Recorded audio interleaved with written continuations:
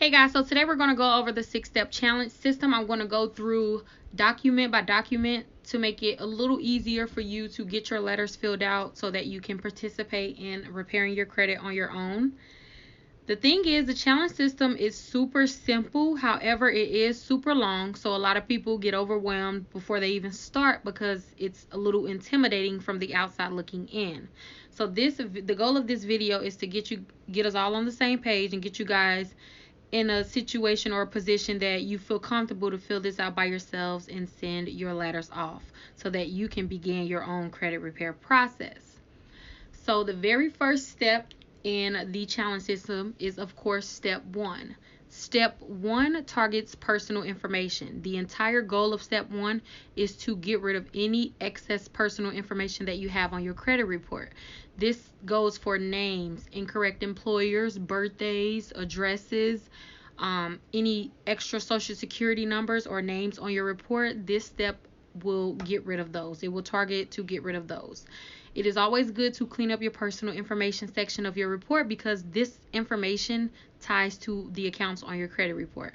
So every single name, address, employer, social security number, or birthday, it is coming from a creditor. Someone has reported that to the bureaus on your behalf. So it's super important to clean up this section, as once this section is cleaned up, it does make it easier to get the accounts that's tied to this information deleted.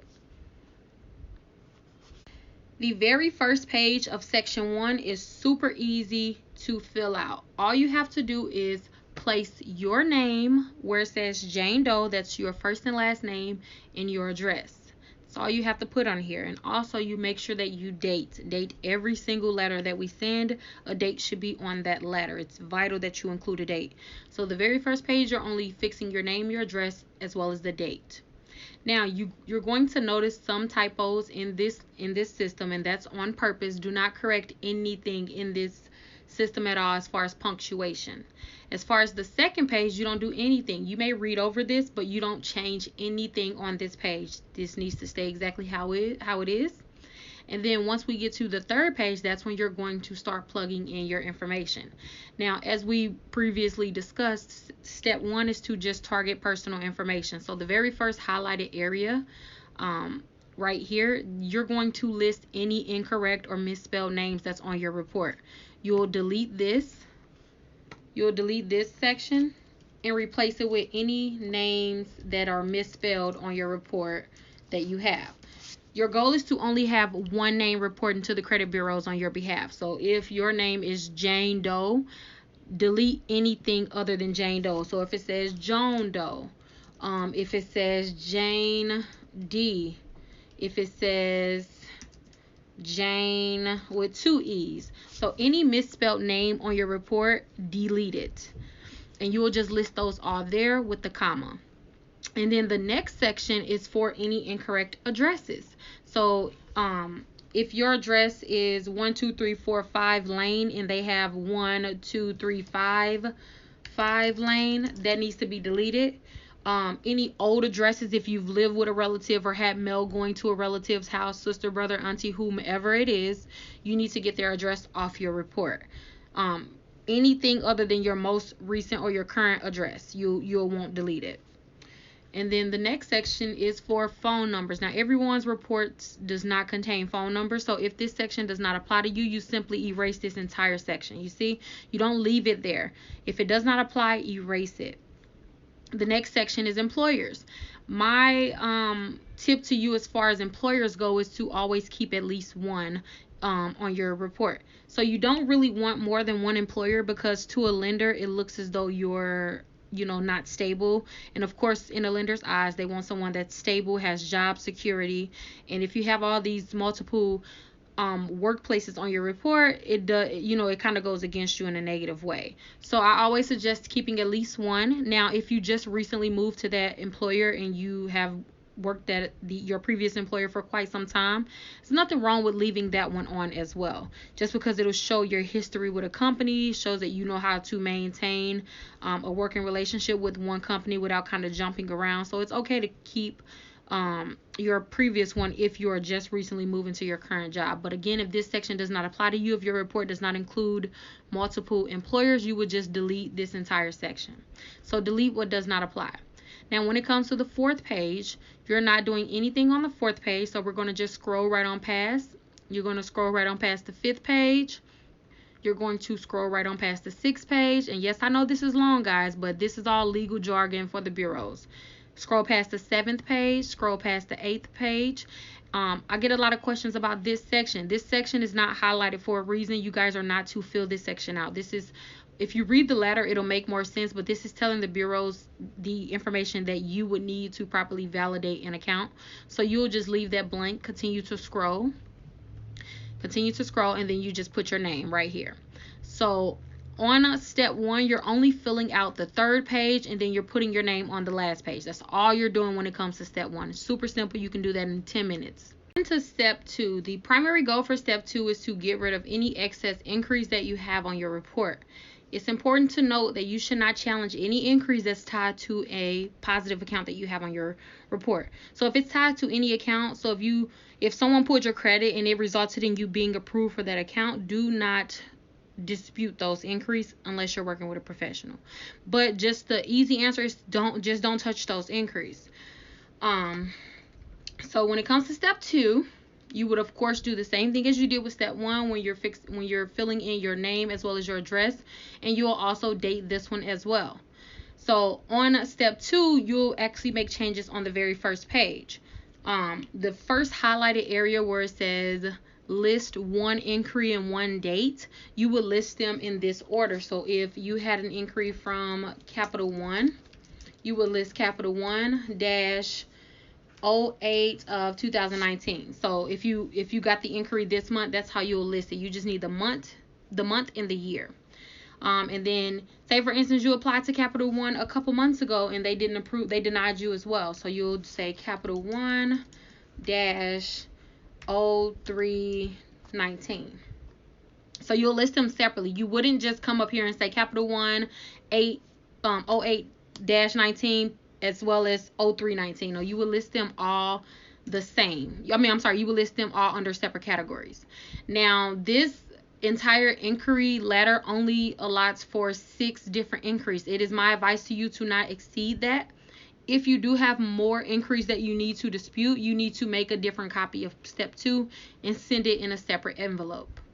So that's pretty much it with step 2. You'll do the first page, the second page, if these apply. Now, say for instance you only have 3 inquiries, then you need to be deleting the other 3 spaces. So again, if it does not apply to you, always delete it. Don't ever just leave it on there. So and then another thing you need to fill out on the next page of step 3 is the last 4 of your social and your date of birth. These are highlighted as well. So you'll just do the last 4 of your social and your date of birth. You'll keep scrolling, and you don't have to do anything else to step 2 except put your name. So the entire goal with step 3 is to eliminate any late and missed payments that you have reporting on your accounts. You're able to challenge open accounts in step 3 as well as closed, of course. So as we're going through step 3, and you would do the same thing as you've done with the previous letters, your name, your address, and always date them. But on step 3, you will not actually, this is the first page, this is the second page, this is the third page. You will not actually start filling in any information into the third page. The very first thing that you're going to do, you'll see where it says alleged creditor data furnisher alleged account number 1. So what you would do is, say for instance you have late payments reporting to your student loans. You'll put U.S. Department of Ed dash 03 of 2018, and then say for instance you have multiple late payments on that account. You'll come down to the next section and put U.S. Department of Ed 04-2018. So you see what I'm saying? And then this one, if you still have another late payment that is consecutive to these, you'll list those again, U.S. Department of Education -05 of 18. So you don't list them all on the same line. They all have their own lines. This letter allows for you to put up to 5 late payments, and just like the increase, if you do exceed that amount, go ahead and make another copy.